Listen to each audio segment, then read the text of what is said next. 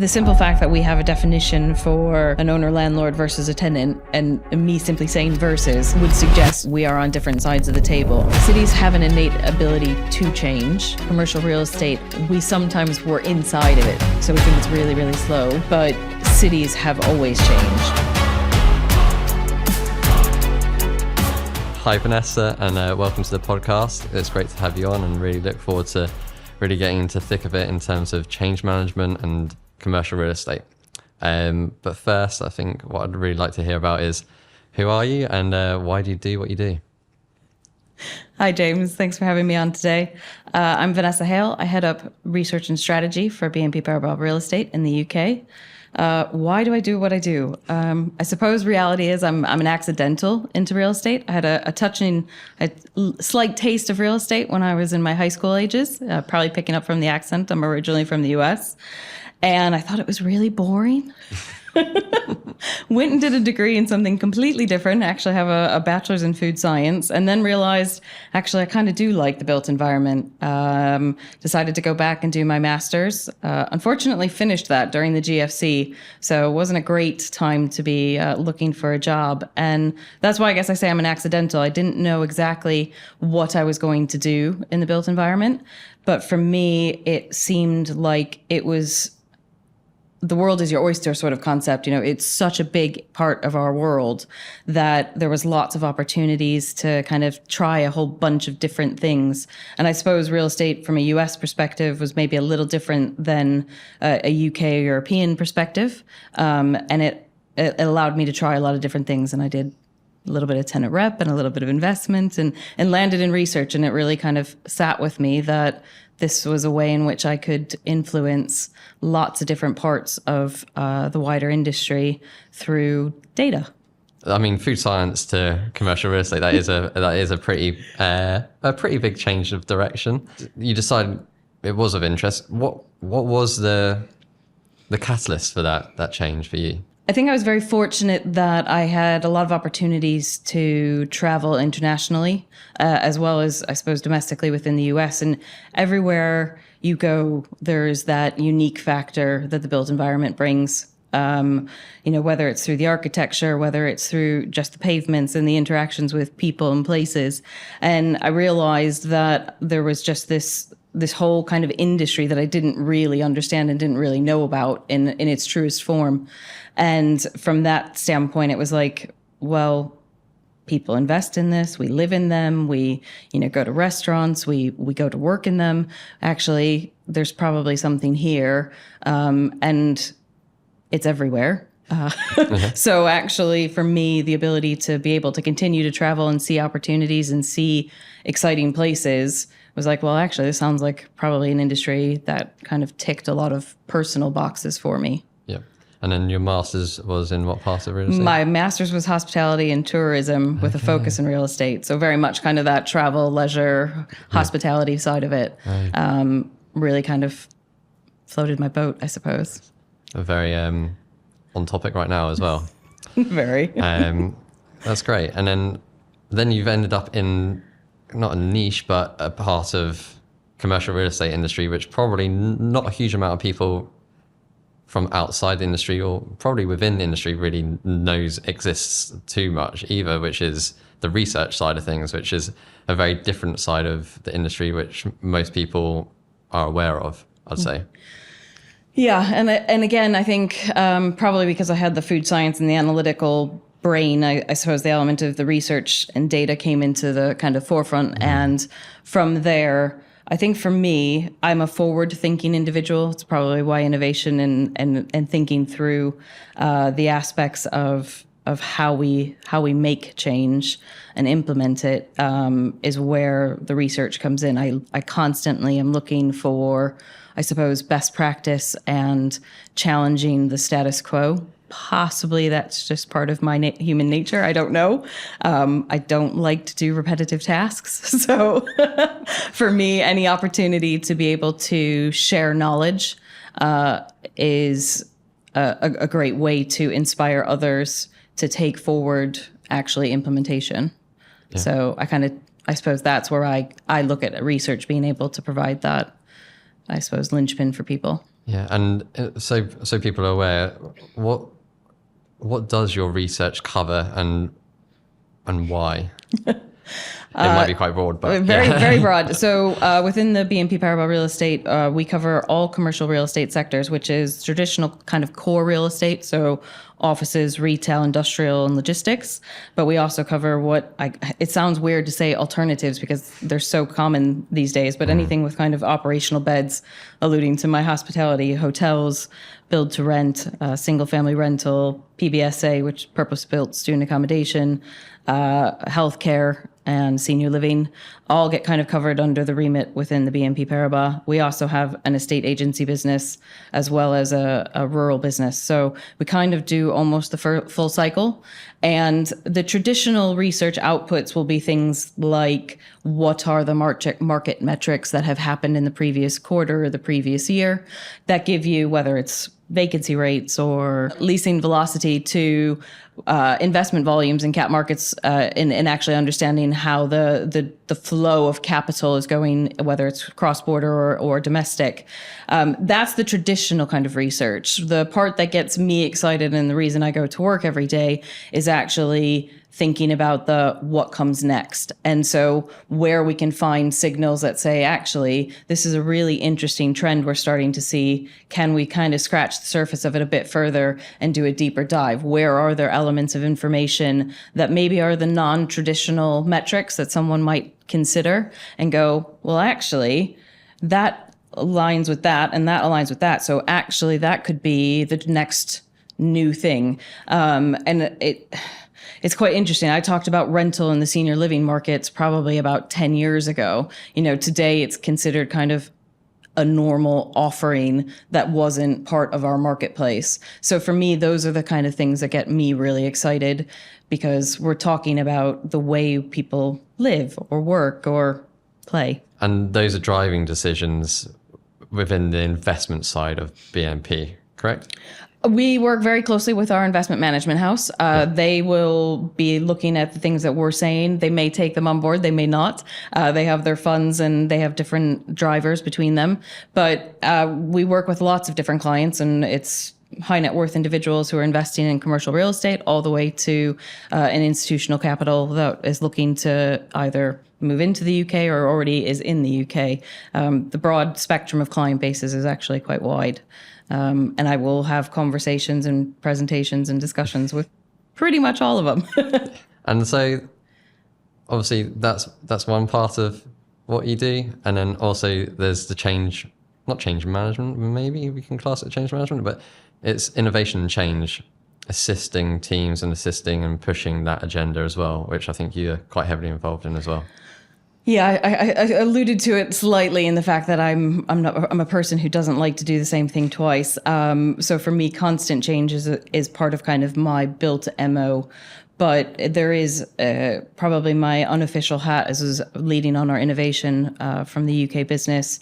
And really that's across all spectrums. And whether that's the very, I suppose, popular, let's talk about AI, but actually it's change management and even simpler things, changing a workflow, talking to a new system of implementation on either a new piece of software or actually just going through and going, is this process making sense, and following it from kind of point A to point B and actually going all the way to point Z and going, wait a second, why did we do that? And questioning and challenging. And I suppose the research curiosity bit comes into that, where I'll ask the questions and I have no fear of asking those questions. I'm probably slightly in a privileged position in that I'm able to do that, but I will challenge everyone to make sure that what we're implementing and what we're doing or what guidance and advice we're providing is indeed what may be the best thing for the client. Yeah. No, it's a super interesting thing. We're going through a digital transformation project, and I think as part of that journey, going back to that core processes and workflows and the weird workarounds which people find to get around those problems rather than changing it, it sort of just happens organically, doesn't it, over time as companies grow and as systems get added in. And sometimes you do just need that refresh to go, actually, we need to challenge this. Yeah, I mean, I think one of the, amazing things is when you have a new employee, join a business, the first probably 90 days is like the prime time to have conversations with them because they will be making observations. And I suppose that kind of qualitative listening, which is super important when they're looking at something and they're asking questions, that you start going, actually, they have a valid point. This is quite, why are we doing that? Which I suppose probably comes from my previous career before commercial real estate, where that allowed me to really take on board listening to a consumer or looking at that data and then making a judgment call or a full analysis and going, right, we need to change this. So you don't accept because we've always done it that way? I hate that. Absolutely hate it. I think you hear it a lot. You do hear it a lot, unfortunately. But I have the willingness to at least challenge. Yeah, and I think on that subject, I think we've talked about it previously, but it's commercial real estate. I call it, class it as kind of like a big oil tanker. Getting it to change direction takes an extremely long amount of time and a lot of effort, and it's really slow. As someone who leads on that change, I've got kind of two questions. Why do you think it's so slow? And then two, how do you approach change and get it to happen in a way which isn't like an oil tanker and actually is a little bit more nimble and agile? It is slow. I would say as an industry, I think we are collectively, maybe a little bit hesitant for change. I think if you look at, any innovation curve, there's always those early adopters and then mainstream hits before then finally you get that last probably 15, 20%. But I think there's probably two things. One, I think human nature, the path of least resistance definitely is kind of probably built into us as human beings. So anything that is going to make my life easier or simple, we talked about it just a second ago with, workarounds. It means that change requires things to be a little bit painful at times. So I suppose there's an element of understanding it's going to be painful and difficult and being open to that and not pretending like it doesn't exist. I mean, I have sat very early doors. I would say I've, sat in some meetings and you go, oh, it's fine. We'll just give everybody the software and off we go. And you're like, dude, that's not going to work. There's going to be, there's going to be pain points. There's going to be things we need to work through. And actually having, I suppose, whether it's doing smaller workshops, smaller POCs, really kind of getting probably 90% of the bugs worked out before you launch anything. And I'm a real big fan of buy-in. I suppose as a communicator, the big part for me is having those discussions with the individuals who are going to be impacted. That's on a kind of day-to-day and in your kind of work environment. It's harder to do as an industry. I think collectively, there's probably a certain percentage that are willing to be those early adopters and try and show the path that we could go down. But we're also, I think there's elements of risk that people have maybe gotten a little burned in the past. So there's a fear that comes in there, and it's working through those and then figuring out how we bring everyone to the table to say, right, I recognize your concerns. Now let's figure out how we can address some of them. Again, I guess for me, it boils down to really having those communication barriers kind of broken down so that you can get everyone to the same level playing field to move it forward. It's interesting. You mentioned the pain part, and because commercial real estate is so sensitive to global issues and financial issues and goes through so much regular regular pain, that actually the thought of additional pain with change just feels completely and utterly scary and fearful to most. And is that part of the reason why maybe as an industry we're a bit slower than some of the other industries to move with change, is because they felt so much pain over on a cyclical cycle?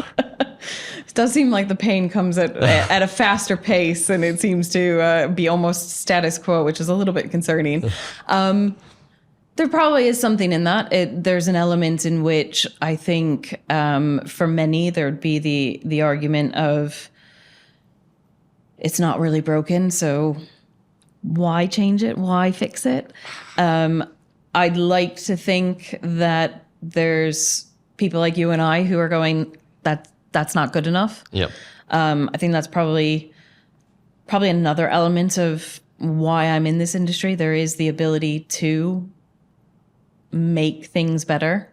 But yeah, I think especially probably if I look on my kind of past 2 decades of career, there's been a lot of really horrific things that have happened in the real estate markets. So for me, I can understand there being that hesitation. And don't get me wrong, I'm always an optimist. I don't know if that's Americanism or whatnot, but there is a recognition that you have to acknowledge those risks and that pessimism that's coming from somewhere. Yep. And I think that's the point of, right, can we get people on board with maybe it's not going to be that way, or try and scenario test it. If we do this, what are the options, or what are the things? And I do think there's some great new technology that's out there that's helping us to run through some of those ideas before we actually go into full implementation, which should give our industry some level of confidence. Yeah. I think I'm a secret optimist, so I'm probably very British in that approach. I think for me, as someone who's coming in and doing stuff which is different and trying to implement change in certain places and doing things slightly differently as well throughout my career, but particularly at the moment, from someone who comes in and has come up with the idea of something or is trying to implement something which they've seen, a change or an innovation, and it feels like a no-brainer to that person. And you go in with this no-brainer, it makes complete sense, everything stacks up, and then you're hit with resistance. How do you approach that? A lot of patience, which I've had to learn. I think I definitely, there's a lot of times where I'll be like, this is a no-brainer. Slam dunk, this will save X amount of pounds, this will save X amount of hours, whatever it is. And then sitting there and going, right, I've not broken this down in a way in which the individual or the team or the entity is looking at it and going, yeah, no, we're not interested. And going, okay, I have to get them to understand and recognize the problem to start with, which sometimes is actually kind of the nuts of it, if you will, where you have to get that acknowledgement, get them on that level playing field, get them to understand where you're coming from. But then it's, okay, I've tried to communicate it in this fashion, right? I need to listen again to what they're saying. And there's usually key words that come up, or there's a signal that's, in the body language even, where you go, right, they've not been on board from the beginning, crossed arms or whatever. And you sit there and go, okay, this is going to, and it may not actually have anything to do with what is being proposed on the change. It could be something completely, outside your sphere of influence. And then it's recognizing, and I think that's probably one of the small things that I have learned over the years is that never going to get 100%. No. And if you can get 80% of the individuals or the group to buy in, you're doing pretty well. Over time, that 20%, probably 15% of it's going to come on the journey. It's just going to take a little bit longer for them to get there.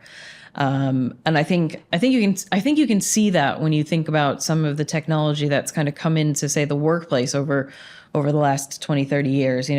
I can remember literally fax machines when I first started in my career, and they're, I don't know if they even exist anymore, but, for a long time, there were people that wouldn't touch them, let alone, a BlackBerry, or, why would I walk around with a computer in my pocket? I'll get my messages when I get to the office. I don't know too many people who don't have a mobile phone. So, I think over time, there is that adoption, but it's recognizing probably that you're never going to get 100%. And when you can you appreciate that, recognize that, I suppose accept it, it makes it a little bit easier. Still frustrating. I'd love to get 100%, but I think I've acknowledged that that's probably really wishful thinking. Yeah. And not to be offended by it. And I'm definitely not offended by it. Yeah. No, I love that. And I think the adopter curve is so true. And I think as an industry, we're the latter stage of it in terms of if you look at all the industries combined as well. But there's a lot of green shoots, I'd say. And I think although we're kicking the industry and we're saying it's slow, actually I feel there is a change and the recognition that it needs to change as well. And it's not just AI lip service either. Yeah, and I think, look, the industry is slow in lots of ways, and then there's absolutely the most invigorating conversations you can have with someone, and you go, yeah, no, there is definite green shoots, and I think that's probably the beauty of the industry. It is so wide, but also the fact simply that it does seem like there's a lot of opportunity. We go down the sustainability route, and you can look at the amount of built existing assets that ultimately are going to have to be refurbished and repurposed into different things. And I just had a conversation with someone the other day, and we were talking about, well, there's these old houses that became offices, and actually we might make them back into houses. So that's quite exciting. People are realizing actually we don't have to stay with just one asset class. We can widen that. Of course, there's limitations, and I think the government's working. I'm not going political, but I think the government's working to try and unlock some of that, and it does allow for people to be a little bit creative, which is exciting. I think we're only going to solve the problems with creativity. Yeah, and just trying to do what we've always done isn't going to solve those problems anymore. Probably not. And that's exciting. Yeah. I think it's really exciting. It's getting to do things differently and having a different perspective on it, and probably bringing in people from outside the industry, I think, is really important. I know we get a bit of that in the prop tech side of things because we've got people coming in from a technology and software background, and they see things slightly differently. But also like yourself coming in from a very different mindset and researching side of things as well. So I think that's also an important change which has got to happen, is bringing in expertise and people who have done stuff differently in different industries and bring that into the industry. Yeah, I think the industry has become more open and more welcoming to individuals from different backgrounds, different thoughts and training and lots of things, and that can only be, in my opinion, a benefit to the wider industry. Allowing for that diversity of thought to really play out is super important. I personally think that. Yeah, very briefly touched on it, but I think it's the what's next. Conscious of going down an AI rabbit hole here, but I think we can't get away without touching on it and discussing it to a degree. What is next, in your opinion, for AI and commercial real estate, and how do you see that panning out? I think let's not look too far in the future, because that's probably a bit crazy. In the next year or two, couple of years. I think there definitely has been. I think there's more excitement around. I'm going to focus on the generative AI side. I think there's been lots of levels of machine learning, and that's been ongoing for quite a while. Where I think I could see the next couple of years is really the opportunity for I suppose executives and senior leadership to understand where there's opportunity to release the creativity, to allow for teams to maybe some of that productive grunt work, if you will, that we all know we have to do,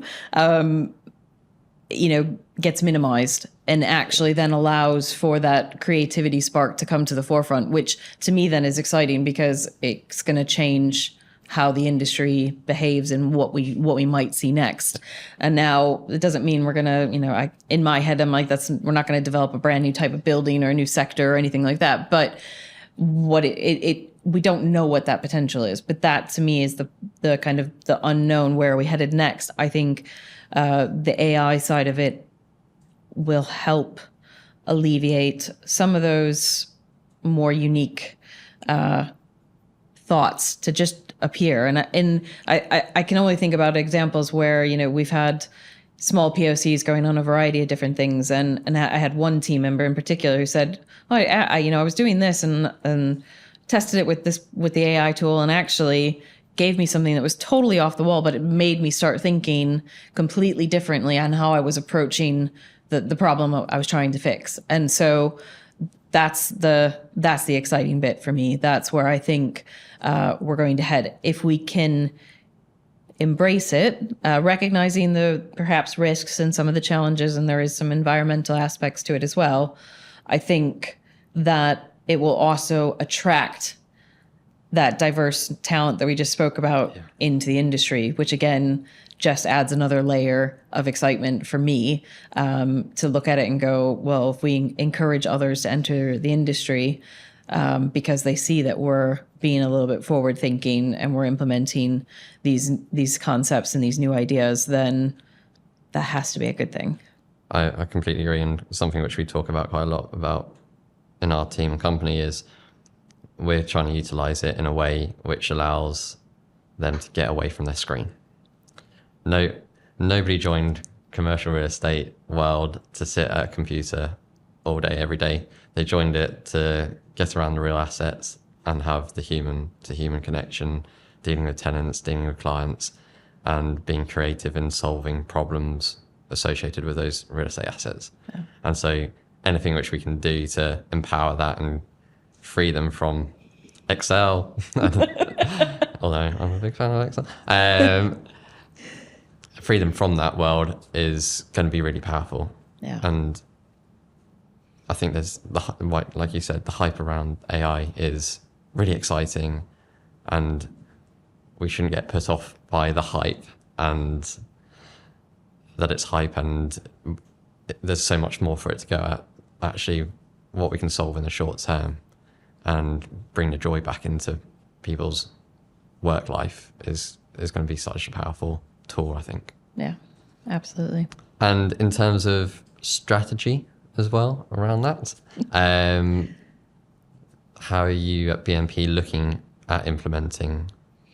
So we've AI? been doing quite a lot for the, I'm very fortunate within the real estate business. We are owned by BNP Paribas, the bank, who has access to huge amount of data, and indeed has been doing AI things for quite a long time, probably more in the machine learning and automation than perhaps the generative AI that probably more people are familiar with.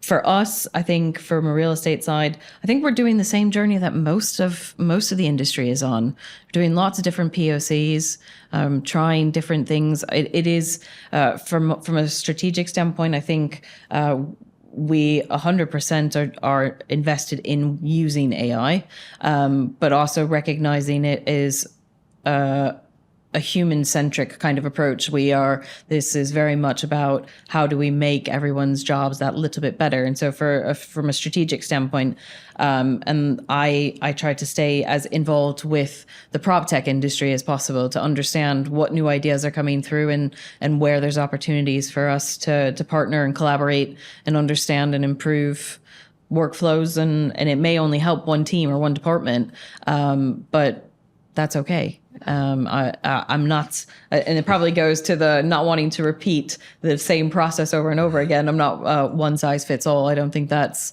appropriate for our industry either. I think there's lots of nuances. If you talk to someone who's a valuer, to someone who's perhaps a bricklayer, to someone that's doing design or the like, they all have different needs, and that's, I think, a slow recognition that maybe the industry's coming up with is there's not one simple solution out there. And so from a strategic standpoint, it's thinking through where those quick wins are. I'm going to be selfish, but also where the long-term wins are for the business and for our clients ultimately.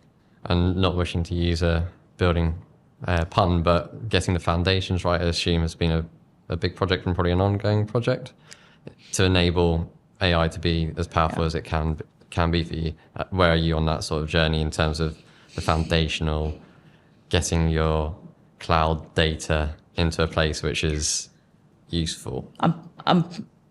I'd love to say our foundation is set, but I think that's probably an unfair statement. My head of data would probably kill me. No, I think we recognized probably very early doors there was room for improvement. Our industry is not brilliant with transparency of data as a collective whole. And I think there was a recognition that, okay, let's not, we can maybe influence a little bit from an industry standpoint, but let's get our own house in order. I think we're still in that process. But again, kind of feel like everyone is. Yeah.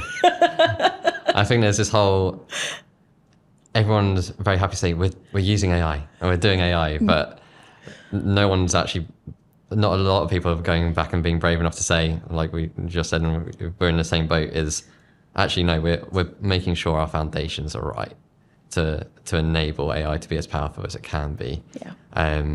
Yes, we'll be doing the POC stuff and we'll be doing little bits and pieces, but up until you've got all your data in that usable format, you're not going to get all the value which you can get out of it.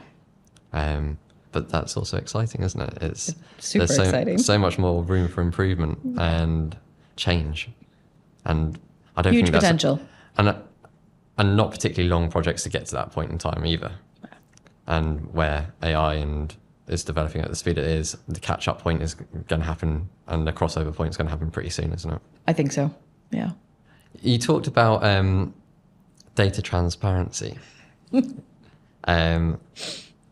That's a pet. Peeve isn't the right word, but something which we deal with a lot, and something which we see a lot, is data transparency between the landlord, the owner of the building, and the tenants of the building, and smoothing that relationship. Traditionally, that relationship has always been quite fairly adversarial, I'd say, very contractual, and I think that's bred this we're not going to share our data position. I don't know if you feel the same there. If you don't, and you've closed that and you've solved that problem, then I'd love to hear it. But I think I'd be a very wealthy woman if I had solved that problem. But is that something which you guys are working on? Yeah, I mean, and I think, yes, and I would agree with you. I think, the simple fact that we have a definition for an owner landlord versus a tenant, and me simply saying versus would suggest, that we are on different sides of the table. I think, are we going to remove that entirely? No. Do we find, and I think there is some best case examples, and of course I'm not thinking of anything right off the top of my head, where when ownership and tenant really truly work together and have that transparency, the work environment for the employees, I think, is more pleasant. You tend to find, I think, that the retail or the F&B that's in that building is usually probably a bit more populated. There's a general gist that everyone kind of wants to be in the space. Where I think the upside has been is there is that this is a benefit to both parties, and we have a an aligned view on what the objectives are, and whether that's environmental and making sure that our, EPC and our energy and our heating and cooling are all aligned, to the difference of, I suppose, having our lights all on at the same time or turning them all off at the end of the day, all of those things, where there's a benefit. And I think it is figuring out that relationship on a benefit. Yes, what is the downside? Well, I don't know if there is one. That's the thing. I don't think it's ever going, well, I'm not aware of a time where the relationship has shared information and it's backfired. Somebody can point me to one, then I'd be interested to see the case study. So it's just a reticence because we've positioned each other to be on the different sides of tables rather than actually collectively just working together. And I think there's more upside stories than downside. I think as goals are aligning, especially in the ESG side of things and sustainability side, I think there is that closing of that gap. But I think in retail, for example, there seems to still be a very big divide on that side of the fence, mainly because maybe some of the retailers are just such big beasts themselves and are similarly as big or bigger than some of the landlords. Then that data sharing piece does become difficult as well, doesn't it? Yeah, it does. I think one of the things which you talk about and what you've been doing at BNP is building an organization which goes through change, is ready for change. How do you prepare a company like your company or another company which you're working with for the change which is coming, which obviously one of them being AI, and other future disruptions which may surface? I think I used to start off with scaring the pants off of everybody, which didn't always go over so well. I joke slightly, but I think there is an element of not frightening in the sense of the world is ending scenarios, but actually start playing through different stories, different scenarios, showcasing some examples. And again, I kind of talked about it, trying to be, from a research standpoint, forward thinking, looking at those signals and saying, have you paid attention to this? Or, did you notice that, everyone's doing Etsy and Depop and all, the vintage shopping, and what does that actually mean for normal high street retailers that are, more in the fast fashion world, and thinking through, why is that?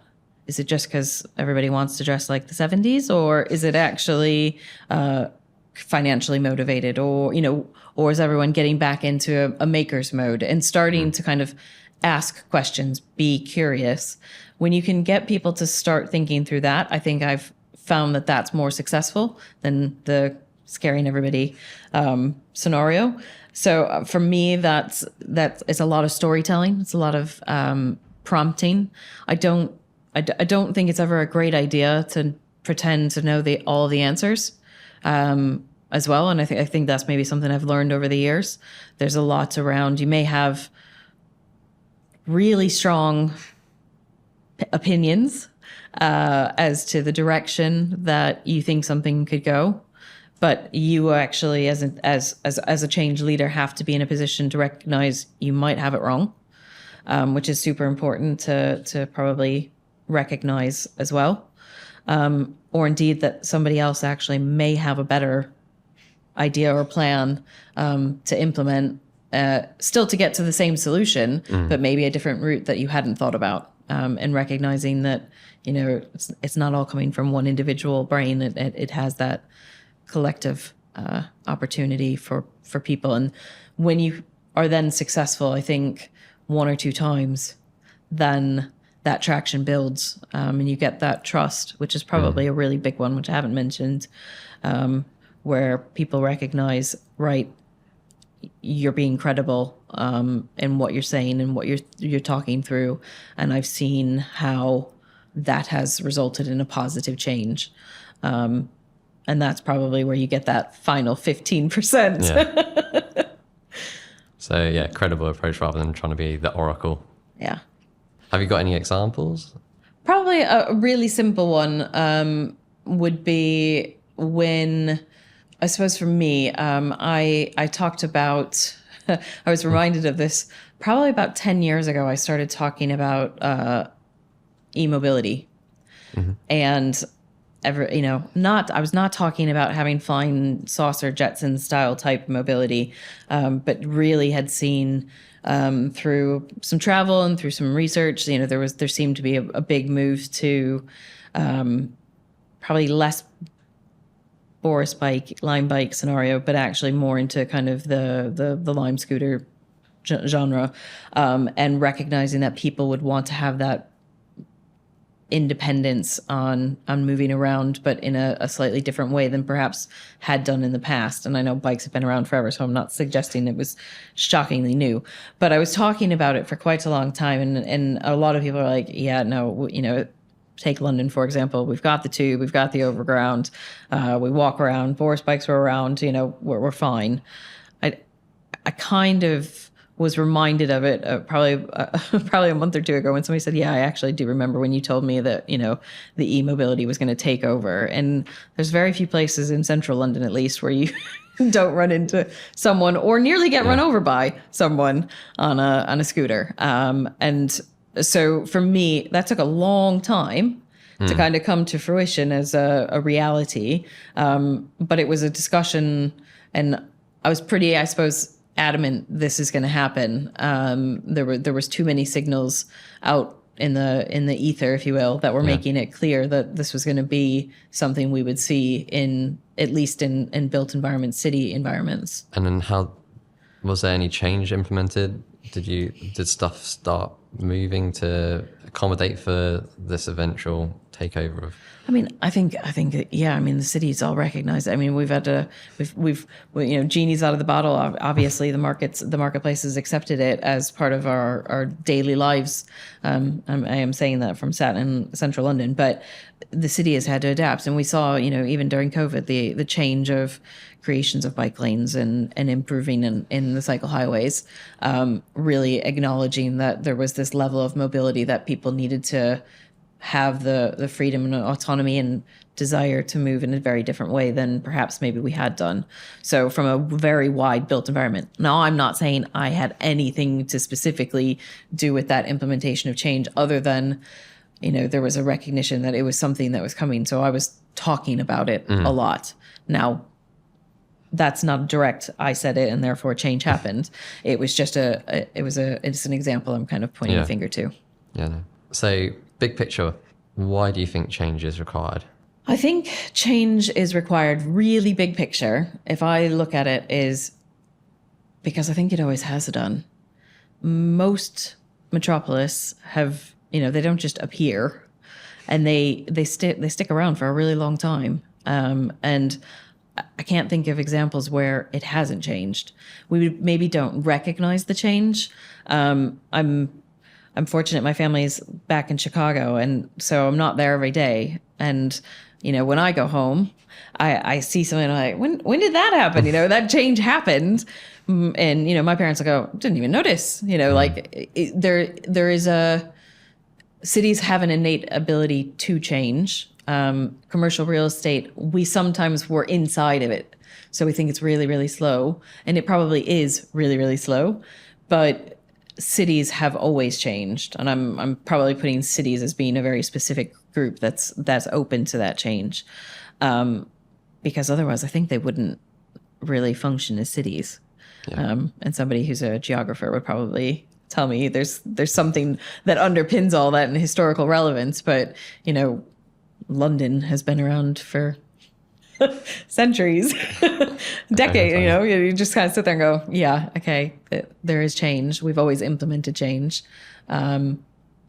Maybe not always the industry itself driving that change, but I think we have a part to play in that change.